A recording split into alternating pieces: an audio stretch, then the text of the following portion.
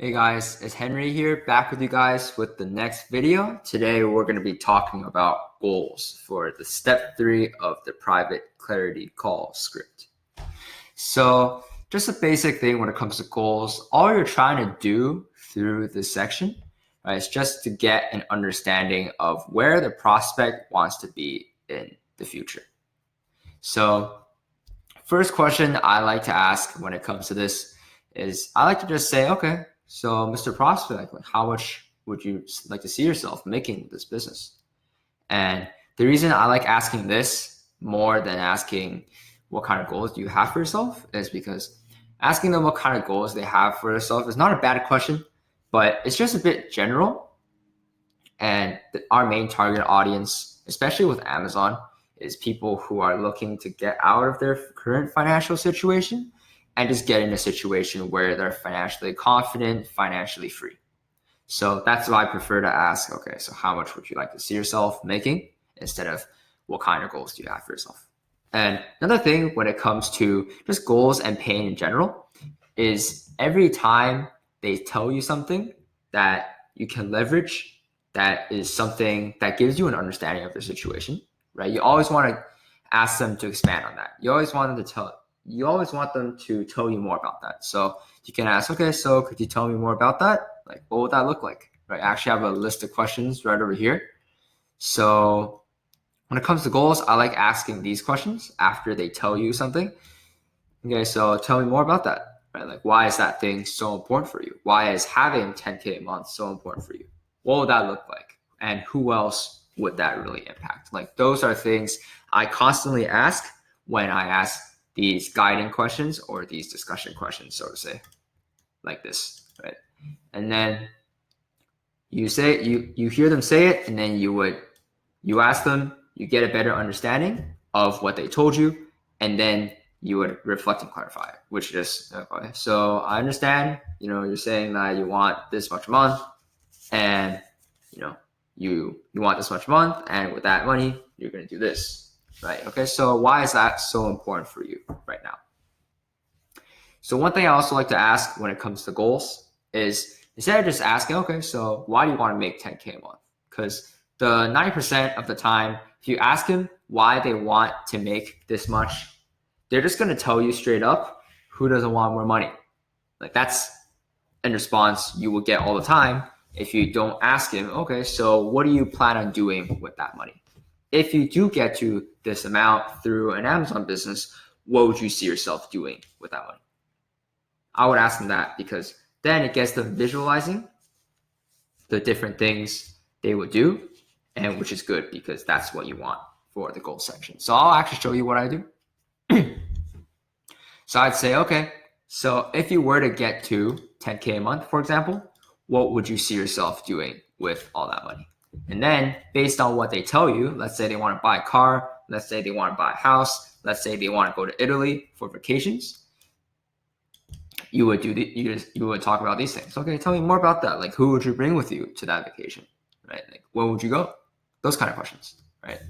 So after you ask that, another thing to know as well is sometimes you ask this question and they give you a response like, oh, I'm probably going to use the money to fund my real estate business because I really want a real estate business. Or they give you shit like that where it doesn't relate to their own personal life, as in, helping people in their family, using that money to enjoy life themselves, right? And those are the things you actually want to get into. So if they do mention like real estate, investing in stocks, investing in other things with this money, saving for my retirement, those kind of things, if they mention that, that's what everyone says, right? So it's not personal, it's not specific. So you want to say something like this. So, okay, Mr. Prospect, like those are definitely awesome and smart things to do with your money. But when it comes to just personal enjoyment, right? Maybe things like traveling, things like going for better dinners with your wife, though maybe those kind of things, right? What would you see yourself doing with that money when it comes to personal enjoyment? That's what you want to ask.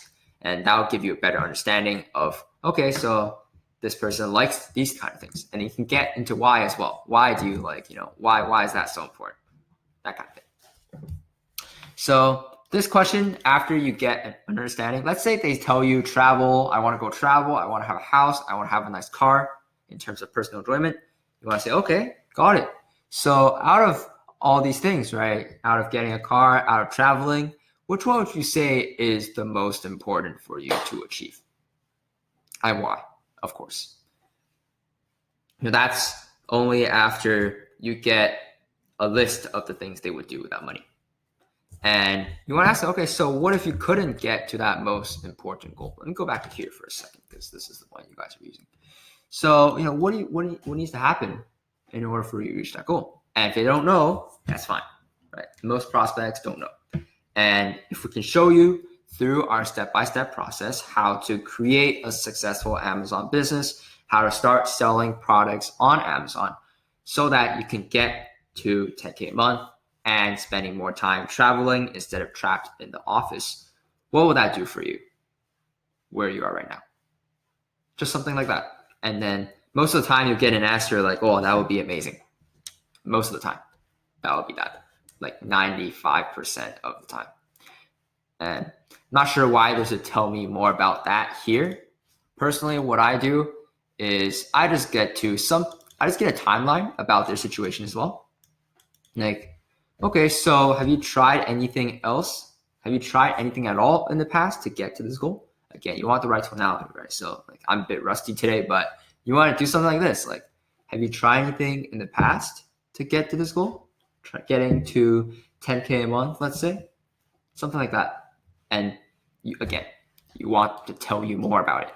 Everything. That's why I have these markers all across my script, because it reminds me to get them to tell me more, because you need the information. The more information you get about their goals, about why it's important, about who they would take, about what that would look like, the better it is. And so I go into their situation a little bit. Let's say they tried drop shipping before. Let's say they had their own brick and mortar business. Okay, so how did that go for you? Were you able to make any money? And if it is going well for them, well, why consider Amazon? Why start another business? Why spend more time? Right? It's kind of reverse psychology in this case, but they'll be surprised for sure. And then they'll start selling you on why they need to do Amazon, which is what you want. All right.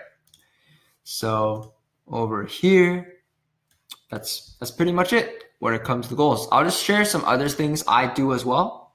So what I do is I like to leverage Kevin. So I'd say, okay, so based on your understanding of Kevin David and his Zon Ninja Masterclass so far, do you feel that with Kevin's mentorship, you're going to be able to get to 10K a month and getting to travel more, spending less time in the office through building an Amazon business? And most of the time they'll say yes. If they say, I hope so, or they say, yeah. So if they say that, gut check them, because they are not sure. If they don't have a 9 to 10 on the certainty scale by their tonality, just gut check them. What gut check means is you say something along the lines of, are you sure? You don't sound too sure to me. Something like that. And, if they aren't too sure, you can say, okay, so what's holding you back? Help them answer a couple questions. Help them clarify some things. All right. And just to say as well, one of the biggest misconceptions, this is something my mentor mentioned, one of the biggest misconceptions when it comes to closing is closers do not answer questions. And that is so far away from the truth, because if a prospect cannot have their questions answered by someone on the phone, just anyone in general, they're not going to buy it, because that concern is stopping them from doing so, especially if it's a buying question. Like, on our objection blocking class, we mentioned buying question versus mindset question. So buying questions, again, you must answer, especially when it comes to here as well. And what I ask after that is I like to ask, what do you feel like needs to happen? And I use the word feel because it's just like a psychology thing. So if you don't use feel, I guess it works. But when you use feel, they get to be a bit more uncertain, because most people don't know what needs to happen in order for them to reach the goal. So what do you feel needs to happen in order for you to reach that goal? And if they don't know, that's totally fine. You just go, okay, that's all right. Like, that's probably why you're on the call in the first place, right? But yep, so definitely ask this. And the reason we say this is because it allows you to transition from goals, which is, yay, we're getting to do this, to their situation right now, which is the quote unquote pain, which is where they are. And that's where they want to get out of because of they want to get over here, right? So that's why I asked this question. It's a good transition from goals to pain. So I hope this helped. And if you do guys have any questions, feel free to just send me a message through Basecamp or Messenger, and I'll see if I can help you out.